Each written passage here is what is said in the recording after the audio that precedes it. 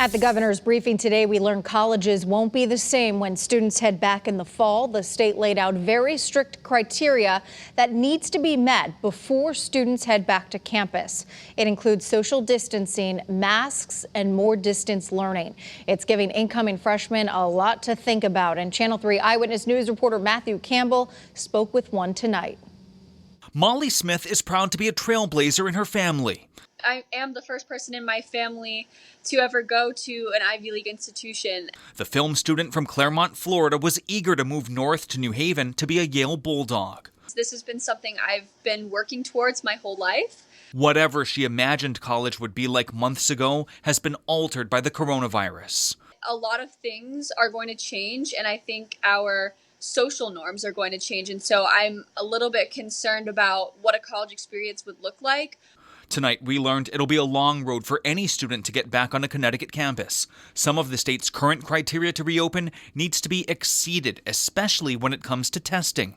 The Reopen CT Task Force is estimating 200 to 300,000 tests will be needed by late August for our universities. We have a long way to go, but we're making plans to enable that. Officials warn enrollments may be lowered because once students hit campus, colleges will enforce 6 feet social distancing at every turn, including in classrooms and dining halls. Just thinking about having to live in a dorm but stay 6 feet apart, I just don't think that's going to be something they're going to be able to enforce. The impact will extend to assignments. Smith is an award-winning filmmaker. Her most recent documentary features several interviews, ones that now will be much harder to obtain. It's a very intimate art. You have to be able to communicate with people and interview people and have big crews and working in small spaces. While colleges will slowly phase in these changes, we learned some campuses might not reopen until October.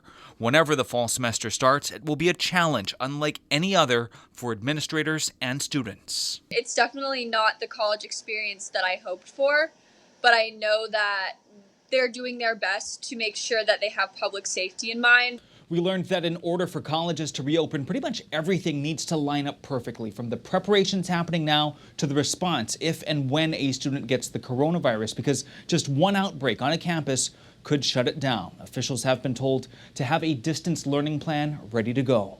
Matthew Campbell, Channel 3 News.